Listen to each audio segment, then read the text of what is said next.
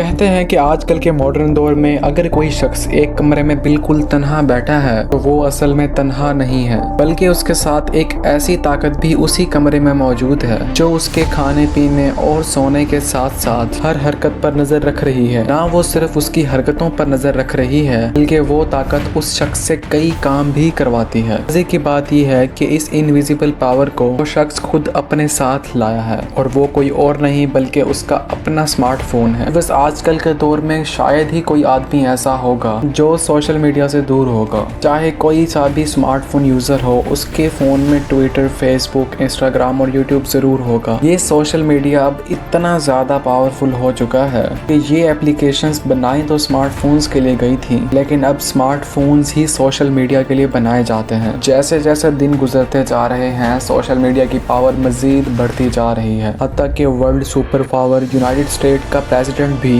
Twitter के जरिए ही लोगों से इनडायरेक्ट करता है। हम में से अक्सर लोग सिर्फ यही समझते आ रहे हैं कि सोशल मीडिया एक फ्री टूल है जिसके जरिए इंफॉर्मेशन और एंटरटेनमेंट हासिल की जा सकती है, लेकिन असल बात जानकर यकीनन आपके रोंगटे खड़े हो जाएंगे। हम इंसान तो सोशल मीडिया को उनके नाम से जानते हैं, लेकिन क्या आपको मालूम है कि ये एप्लीकेशन आपको आपके नाम से नहीं बल्कि एक यूनिक नंबर से जानती है। उनके लिए हर एक इंसान की पहचान एक नंबर से रखी गई है जिसको अक्सर आईडी भी कहा जाता है। जैसे किसी जेल में कैदियों को एक नंबर से पुकारा जाता है, वैसे ही सोशल मीडिया भी एक जेल की मानद है जिसमें हर यूजर को एक यूनिक आईडी की मदद से पहचाना जाता है। और हैरत अंगेज तौर पर एक इंसान खुद अपने आप को इतना नहीं जानता जितना सोशल मीडिया ऐप उसको जानती है। इन एप्लीकेशंस को इस्तेमाल करना बिल्कुल मुफ्त क्यों रखा गया है? हर यूजर का डाटा कैसे इस्तेमाल किया जा रहा है और कैसे उस डाटा के जरिए मल्टी बिलियन डॉलर्स कमाए जा रहे हैं? कैसे सोशल मीडिया के पीछे मौजूद रोबोट्स इंसान के इमोशंस को इस्तेमाल कर रहे हैं और कैसे अब ये चीज इतनी ज्यादा आउट ऑफ कंट्रोल हो गई है कि इसको बनाने वाले इंजीनियर्स भी अब इसको रोक नहीं सकते। ये सब और इससे भी ज्यादा आप लोग जान सकेंगे आज की वीडियो में। नंबर 1, सबसे पहले हम ये जानते हैं कि सोशल मीडिया एप्लीकेशंस इतनी ज्यादा एडिक्टिव कैसे बनाई जाती हैं। इन कंपनीज की बैकबोन ऐसे लोग होते हैं जो लोगों की अटेंशन अपनी तरफ अट्रैक्ट करने में माहिर होते हैं और इनको अटेंशन इंजीनियर्स भी कहा जाता है। ये वही अटेंशन इंजीनियर्स होते हैं जो कैसीनोस में मुख्तलिफ गेम्स डिजाइन करते हैं। ये इंजीनियर्स इंसानी दिमाग से खेलकर एक ऐसा डिजाइन तैयार करते हैं जिसको सिर्फ एक बार इस्तेमाल करने से ही इंसान को उसकी आदत या एडिक्शन हो जाती है। यानी इनका टारगेट ये होता है कि कुछ भी करना है लेकिन विजिटर को इनकी एप्लीकेशन बंद नहीं करने देनी। इंसानी फितरत है कि जब भी कोई हमारी तारीफ करता है तो हमें बहुत अच्छा लगता है। इंसान की इसी फितरत का फायदा उठाकर सोशल मीडिया पर लाइक, हार्ट या थम्स अप का ऑप्शन दिया गया है। जब भी हम अपनी पिक्चर किसी सोशल मीडिया प्लेटफॉर्म पे अपलोड करते हैं तो अपनी तारीफ देखने के लिए या फिर फोटो पर लोगों का रिएक्शंस देखने के लिए हम बार बार फोन को उठाकर देखते हैं और अगर नहीं देखते तो हमें ये मैसेज करके बार बार उकसाया जाता है कि किसी ने आपकी फोटो को लाइक किया है। यानी जब हम अपने फोन से थोड़ा दूर होना चाहते हैं तो हमें एक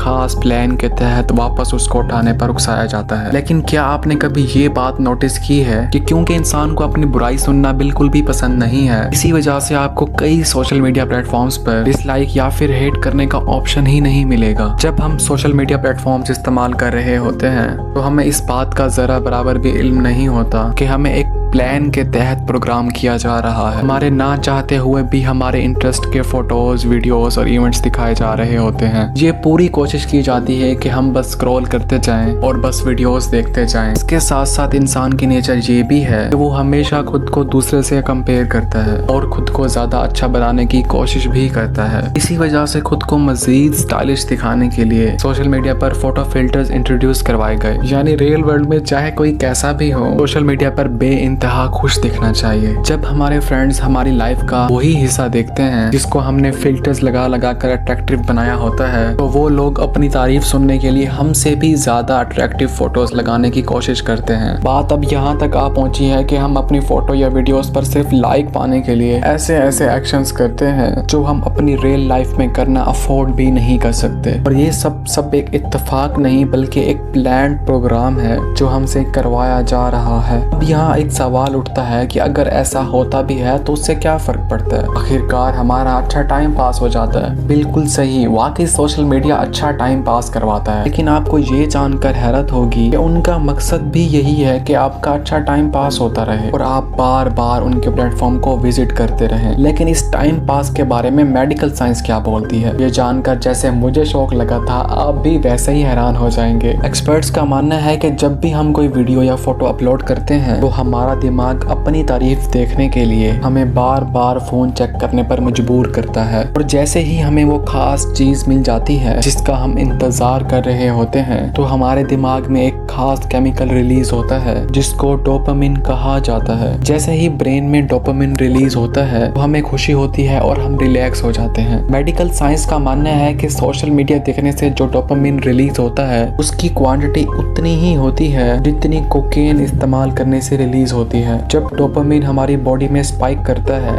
उस वक्त हम बहुत खुश होते हैं। जैसे ही उसकी क्वांटिटी दोबारा वापस नॉर्मल हो जाती है तो हमें दोबारा से उसकी तलब होने लगती है। लेकिन दोबारा डोपामिन मिलने का ट्रिगर हमारे पास नहीं है, बल्कि ये ट्रिगर सोशल मीडिया के पीछे बैठे रोबोट्स के पास होता है। ये रोबोट डिसाइड करता है कि हमारी फोटो कब तक लोगों की फीड में दिखानी है। फोटो जब तक हमारे फ्रेंड्स की फीड पर रहेगी तब तक हमें लाइक्स मिलते रहेंगे और अल्टीमेटली हमें डोपामिन भी मिलता रहेगा। और जब हमारी फोटो फ्रेंड की फीड से हटा दी जाएगी तो तब हम दोबारा डोपामिन हासिल करने के लिए एक नई फोटो नए फिल्टर के साथ दोबारा अपलोड करेंगे और ये सिलसिला ऐसे ही चलता रहेगा। यानी असल में हम एक ऐसे जेल में बंद हो चुके हैं जिसमें ना ही कोई सलाखें हैं और ना ही ऊंची ऊंची दीवारें, लेकिन हम करते वही हैं जो ये टेक कंपनीज हमसे करवाना चाहती हैं। नंबर 2, लेकिन ये टेक कंपनीज ऐसे करती क्यों हैं और आखिर इनका ये करने का मकसद क्या होता है, और ये सोशल मीडिया इस्तेमाल करने की सारी सर्विसेज फ्री क्यों होती हैं। सबसे पहले तो आप ये समझ लें कि अगर आप कोई ऐसी प्रोडक्ट खरीद रहे हैं जिसकी कोई कीमत ही नहीं है, उधर आप जान लें कि आप खुद एक प्रोडक्ट हैं, यानी आपको ही बेचा जा रहा है। जी हाँ, फर्ज कर लें कि एक ग्रोसरी स्टोर के बाहर लिखा है गेट फ्री चॉकलेट्स, और जब आप चॉकलेट्स लेने के लिए स्टोर में एंटर होते हैं उससे उनको 2 किस्म के फायदे होते हैं। एक तो ये कि जब दूसरे लोग देखेंगे कि स्टोर में रश लगा हुआ है तो इंसानी फितरत है कि उनका भी वहां जाने को दिल करता है। जितने ज्यादा लोग स्टोर में एंटर होते हैं उतनी ही ज्यादा स्टोर की सेल बढ़ने के चांस होते हैं। और दूसरा फायदा उनको ये होता है कि जब आप अपना फ्री चॉकलेट मांगेंगे उस टाइम या तो आपको कोई फॉर्म फिल करना होगा या कम से कम भी वो आपका सेल फोन नंबर मांगेंगे, यानी वो सिर्फ एक चॉकलेट के बदले आपसे आपका डाटा ले लेते हैं। व्यूअर्स, ऐसा ही कुछ होता है सोशल मीडिया प्लेटफॉर्म्स पे, जहां हमसे हमारा सारा डाटा लेकर हमें एंटरटेनमेंट के नाम पर उसकी लत लगाई जाती है। हमारा नाम, हमारी एज, हमारी लोकेशन,